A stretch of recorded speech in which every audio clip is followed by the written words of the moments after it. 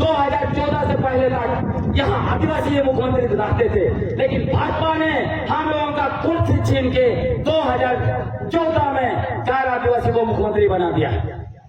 उस गैर आदिवासी ने क्या किया? हमारे जमीन को लूटने के लिए लैंड बैंक बनाया। हमारे कानून जो हमारे हजारों आदिवासियों के शहीद होने की वजह से बने, उन दस्तावेज को बीजेपी ने 3 मिनट में संशोधन किया, इसीलिए हम लोगों ने इसको खदेड़ दिया। अब वह सरकार ने वादा किया यदि हम दोबारा वापस आते हैं तो हम पेशा कानून को लागू करेंगे, हम लैंड बैंक को खारिज करेंगे, हम आदिवासियों का जल जंगल जमीन को बचाएंगे। तो हम लोग पूछना चाहते हैं वो सरकार से, आपके रहते हुए सीओ साहब को किसने इतना ताकत दे दिया कि हमारा जमीन का सौदा पर सौदा कर रहे हैं? हम आपसे पूछना चाहते हैं, किसने जो है कि थानेदार को इतना ताकत दे दिया कि हमारा मुकदमा वहां पे दर्ज नहीं होता है, हम आदिवासियों का मुकदमा दर्ज नहीं हो रहा है, और जब हमारे खिलाफ जमीन दलाल मुकदमा करते हैं तुरंत मुकदमा दर्ज होता है और हमारे लोगों को पकड़ के जेल में डालने के लिए पुलिस जो है कि हमारे पीछे पड़ जाती है। कि जो झारखंड अबुआ दिसुम अबुआ राइस के नारे के साथ बना, और इस झारखंड को बनाने के लिए हमारे आदिवासियों ने जिस आंदोलन की शुरुआत की और जिस आंदोलन को 70 साल के बदौलत इस राज का गठन हुआ, जो राज हमारे नाम से बना, उस राज में आज क्या हुआ कि हम लोगों को सीओ भगाओ जमीन बचाओ जैसा नारा देना पड़ रहा है। यह चिंतनीय विषय है। हम लोग किसी व्यक्ति के खिलाफ नहीं हैं, हम कोई जाति, कोई धर्म, कोई समाज के खिलाफ नहीं है, क्योंकि जिस तरह से माहौल बनाया गया है यहाँ पर पूरे खूंटी प्रशासन के द्वारा कहा जा रहा था कि आप लोग रैली मत कीजिए, ये मत कीजिए, आपके ऊपर कार्रवाई किया जाएगा, आपको जेल में डाला जाएगा। हम उस प्रशासन को बता देना चाहते हैं, हम उन लोगों के वंशज हैं जो जमीन बचाने के लिए विगत 250 साल से संघर्ष कर रहे हैं। हम उन लोगों के वंशज हैं जिन्होंने दुनिया के सबसे खूंखार सेना ब्रिटिश सेना के सामने तीर धनुष के बदौलत अपना सीना तान के खड़ा हो गया। आपका जेल से हम क्या डरेंगे? आपका कानून से हम क्या डरेंगे? आपका बंदूक से क्या हम डरेंगे?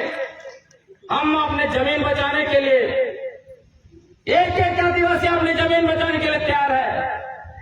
अब अनुसूचित क्षेत्र में आते हैं, यहाँ का प्रशासन और नियंत्रण किस तरह का होगा? आप पढ़ते नहीं है, संविधान पढ़ा कीजिए, संविधान पढ़ा कीजिए। जब धरती आबा बिरसा मुंडा लड़ाई लड़ रहे थे, डोमारी बुरु आपको याद होना चाहिए, डोमारी बुरु से उन्होंने ऐलान किया था अब वह दिसुम आ रहा है, दिकू का राइज जा रहा है, लेकिन अब वह दिसुम नहीं आया, अब वह राइज नहीं आया वह दिसुम में, दिकू का राइज बरकरार रहा, अब वह दिसुम जरूर है। जब आप अंतिम समय में धरती आबा बिरसा मुंडा इस दुनिया से जा रहे थे, उससे पहले उन्होंने कहा कि दिक्कू आएंगे फिर से अपने आप की जमीन लूटेंगे, इसलिए आपको उलगुलान जारी रखना पड़ेगा। और यही उलगुलान हम लोग जारी रखे हैं, और आने वाले समय में भी हम अपनी जमीन को बचाने के लिए, अपने इलाकों को बचाने के लिए, अपने अस्तित्व को बचाने के लिए यह उलगुलान जारी रखेंगे। आपको जितना केस करना है, जितनों को आपको जेल में डालना है, जितने आदिवासियों पर गोली चलाना है आप चलाइए, हमें उसकी कोई तकलीफ नहीं है।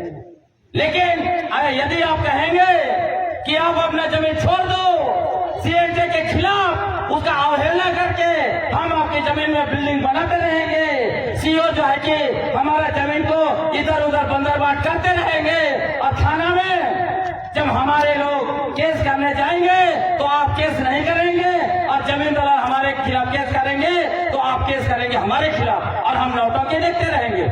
ऐसा नहीं होगा, आपको भी ये समझना पड़ेगा। आप अगर आदिवासी इलाके में हैं, आप अगर यहाँ थाना चला रहे हैं, वो आप हमारी सुरक्षा के लिए है। आप जमीन दलालों के सुरक्षा के लिए यहाँ पर थाना नहीं चला रहे, यह बात आपको समझना चाहिए। मैं बताना चाहता हूँ 5वीं अनुसूची में यहाँ का प्रशासन और नियंत्रण सिर्फ और सिर्फ संविधान के अनुच्छेद 244(1) और 5वीं अनुसूची का प्रावधान के तहत होगा। इसलिए मैं जितने भी पुलिस अफसर यहाँ पर हैं, जितने भी सीओ वीडियो हैं, जितने भी प्रशासनिक अधिकारी हैं, उनसे मेरा निवेदन है आप पढ़ लीजिए 5वीं अनुसूची प्लीज। मैं आपको यह भी बताना चाहता हूं आपके मालिक कौन है इस राज्य में? मुख्य सचिव हैं। आपके मालिक ने 22 जुलाई 2021 को माननीय झारखंड हाई कोर्ट में क्या एफिडेविट किया उसको भी पढ़िए। अगर आपके पास नहीं है तो हम दस्तावेज आपको दे देंगे। उसमें मुख्य सचिव ने, माननीय मुख्य सचिव ने लिखा है कि अनुसूचित क्षेत्र में मुख्यमंत्री सहित मंत्री परिषद का कोई अधिकार नहीं है। और उन्होंने यह भी लिखा है हम अनुसूचित क्षेत्र में गैर कानूनी तरीके से प्रशासनिक व्यवस्था चला रहे हैं। यह मुख्य सचिव हाई कोर्ट में एफिडेविट दायर किया है। और ये क्या मामला तो भी बताता हूं। जमशेदपुर में ऐसे ही हमारे आदिवासी सभा कर रहे थे, वहां पे बाहरी लोग आके वहां पे दंगा किए, सभा करने नहीं दिया। तब हमारे लोगों ने मुकदमा किया झारखंड हाईकोर्ट में। तब झारखंड हाईकोर्ट में उन्होंने मुकदमा करते हुए मुख्य सचिव को, यहाँ का डीजीपी को, यहाँ का जो है कि आईजी को, एसएसपी को, वहां का जो एसपी को और थानेदार सबको पार्टी बना दिया। वहां पर जब सबको पार्टी बना दिया गया हाईकोर्ट में, तब मुख्य सचिव ने चिट्ठी लिखा, मैंने एफिडेविट दायर किया हाईकोर्ट में, केस अभी भी चल रहा है। उन्होंने कहा देखिए जो भी वहां घटना हुआ है उसके लिए राज्य सरकार जिम्मेवार नहीं है। जो भी घटना हुआ है वहां के लिए यहाँ जो चीफ सेक्रेटरी जिम्मेवार नहीं है, डीजीपी जिम्मेवार नहीं है, थानेदार जिम्मेवार नहीं है, क्योंकि इस इलाका में ये हमारे अधिकार क्षेत्र से बाहर का हुआ है। यहाँ जो भी घटना हुई है उसके लिए महामहिम राज्यपाल जिम्मेवार है, क्योंकि अनुच्छेद 244(1) और 5वीं अनुसूची के तहत वही मालिक है। देखिए ये लोग असंवैधानिक रूप से प्रशासनिक व्यवस्था चला रहे हैं और जब घटना घट जाता है तब जिम्मेवारी नहीं लेते हैं। साथियों याद रखिएगा, आज का कोई आसान काम नहीं है। आज हो सकता है प्रशासन जानबूझ के यहाँ दंगा करा सकता है, प्रशासन जानबूझ के ऐसे लोगों को भेज सकता है जो मारपीट करेंगे। जमीन दलाल हो सकता है जानबूझ के ऐसे लोगों को उकसाएंगे जिससे हम लोग भड़क जाएंगे और जो है कि दंगा फसाद होगा और हम लोग के लोग जिम्मेवार बनाएंगे और बाद में बोल देंगे ये इलाका तो हमारा है ही नहीं है। मुख्यमंत्री के अंदर नहीं आता है, सीओ के अंदर नहीं आता है, डीसी के अंदर नहीं आता है, ये तो राज्यपाल है उसका जिम्मेवार। इसलिए कोई भी कहीं से भी आज दंगा फसाद करता है, उकसाता है, उसको पकड़िए। हम लोग शांतिपूर्ण तरीके से लड़ाई लड़ेंगे। हम लोग संविधान को मानने वाले लोग हैं, इसलिए कोई आपको मार भी देता है हाथ नहीं चलाना है, उनको पकड़ के पुलिस को हैंड ओवर कीजिए। इसलिए हर जगह पे चौकन्ना रहिए। हो सकता है प्रशासन ही ये करवाए, जिन्होंने चिट्ठी लिख के दिया है हम लोग को, कुछ होता है तो उसका जिम्मेवार आप ही लोग होंगे। और धमकाए थे कि आपके ऊपर केस होगा, तो ये लोग कुछ भी करा सकते हैं। ये लोग जिम्मेवार लोग नहीं है, जिम्मेवारी से मुक्त होने वाले लोग हैं। इन्होंने झारखंड हाईकोर्ट में, माननीय झारखंड हाईकोर्ट में एफिडेविट दायर करके अपने आप को मुक्त करा लिया है उस केस से। तो समझ लीजिए जो इलाका में मुख्यमंत्री सहित मंत्री परिषद का, प्रशासन का कोई अधिकार नहीं है, उस इलाका में ये लोग क्या कर रहे हैं, ये क्या अनुसार मैं कह रहा हूं। तो हम लोग के लिए चिंतनीय विषय है। चिंतनीय विषय इसलिए है SC/ST एट्रोसिटीज एक्ट धारा 3(1) उसमें आप देख लीजिए क्या बोलता है। आदिवासी का जमीन अगर गैर कानूनी तरीके से गैर आदिवासी ले रहा है उसमें SC ST एट्रोसिटी एक्ट के तहत मुकदमा होना चाहिए। यहाँ रनिया का थाना में क्यों मुकदमा नहीं हो रहा है जब हमारे लोग मुकदमा करने जा रहे हैं? थानेदार साहब है तो प्लीज आप क्या हम लोग को जवाब दीजिए, क्योंकि आपके पास एप्लीकेशन गया है, आप लोग रिसीव करते हैं, आप लोग मुकदमा नहीं करते हैं। और जब जमीन दलाल हमारे लोगों के खिलाफ मुकदमा करता है आप तुरंत मुकदमा करते हैं। ऐसा क्यों हो रहा है? हम लोग को सिर्फ जवाब चाहते हैं आपसे हम यहाँ पे लड़ाई लड़ने नहीं आए हैं। आपके पास बंदूक है, आप गोली मार देंगे।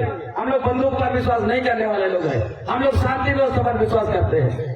लेकिन जवाब तो आपसे हम लोग को चाहिए कि क्यों ऐसा है, थाना किसके लिए है, आपको जवाब देना पड़ेगा। क्या ये जो कर्रा का थाना क्या जमीन दलालों को संरक्षण देने के लिए है?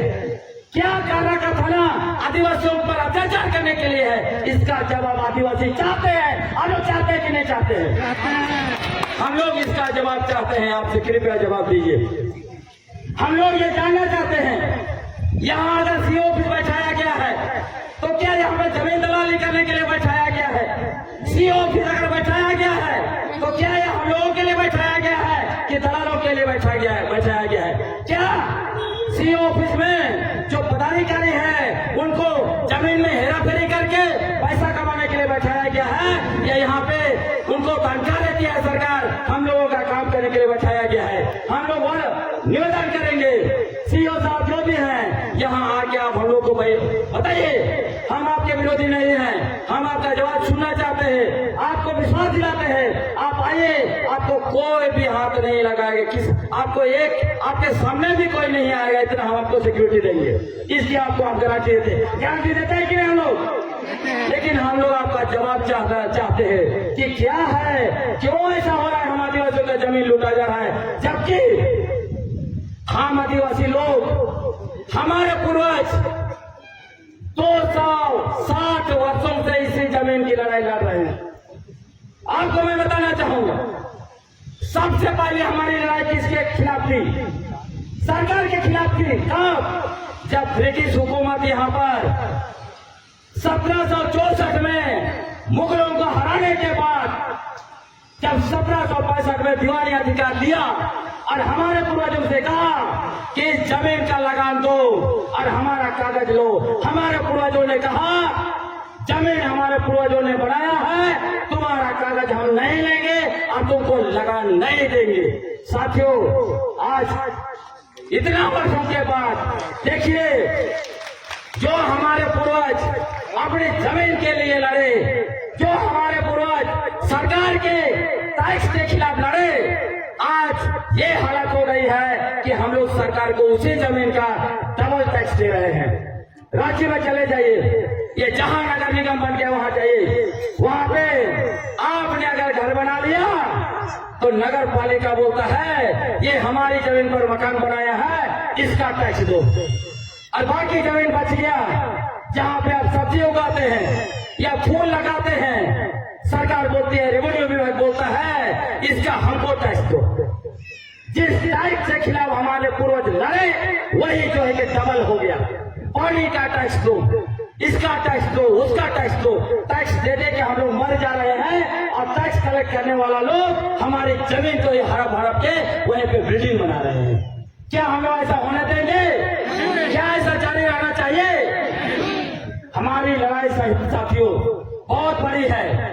हम लोग याद दिलाना चाहते हैं, इसी झारखंड में भाजपा ने 16 साल शासन किया। 16 साल के बाद भाजपा को हमने क्यों भगा दिया?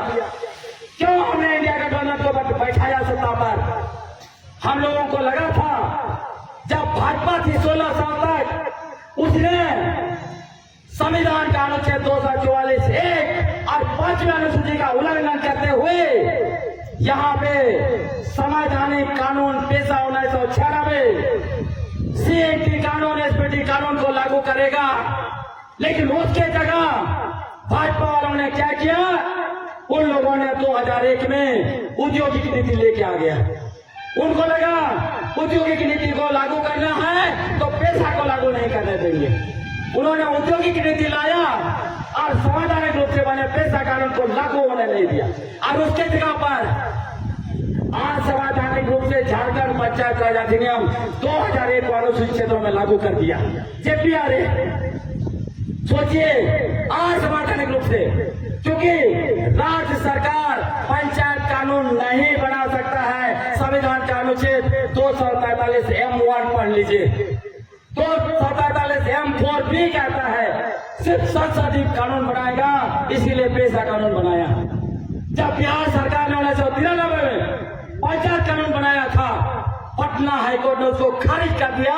कहा कि संविधान का अनुच्छेद 243(m)(1) के तहत अनुसूचित क्षेत्र में राज्य सरकार पंचायत व्यवस्था को जो कि वहां पे स्टे नहीं कर सकते, विस्तार नहीं कर सकते। उसके बावजूद जबरदस्ती लोगों ने यहाँ पे थोपा और पंचायत कानून लागू करके नगर पालिका भी लागू किया और हमारा अनुसूचित क्षेत्र को खा गया। जहां नगर पालिका होगा वहां अनुसूचित पंचायत कानून नहीं लागू होगा।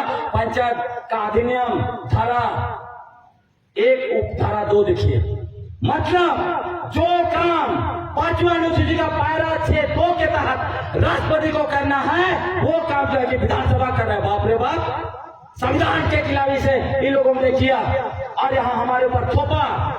और जब राज्य का कानून लगेगा, जहां 2 कानून टकराएगा, संसद का और विधानमंडल का, वहां संसद का कानून लागू होगा 254 के तहत। यदि संसद का कानून लागू करना नहीं है तो विधानमंडल का कानून को राष्ट्रपति से अनुमोदन कराना पड़ेगा, लेकिन जेपीआर को अनुमोदन नहीं किया और यहां लागू कर दिया। उसी तरह नगर पालिका अधिनियम 2011 में अर्जुन मुंडा की सरकार ने लाया। संविधान में जब लिखा हुआ है अनुच्छेद 243(1) कि अनुसूचित क्षेत्र में नगर पालिका व्यवस्था नहीं होगा, फिर आपने कैसे बना दिया? रांची का नगर निगम, नगर पालिका ब्रिटिश जमाने में से चल रहा है। क्या हमारे संविधान निर्माता नहीं जानते थे? संविधान को संशोधन किया वो नहीं जानते थे क्या? उसके बावजूद उन्होंने लिखा संविधान का अनुच्छेद 243(1) में कि नगर पालिका कानून इधर नहीं चलेगा। अब देखिए, नगर पालिका लागू कर दिया संवैधानिक रूप से और आपका डबल टैक्स वसूल रहा है। सोचिए, संवैधानिक कानून लागू नहीं, असंवैधानिक काम यहाँ बीजेपी ने किया। इसी तरह ये राज आदिवासियों के बदौलत बना है।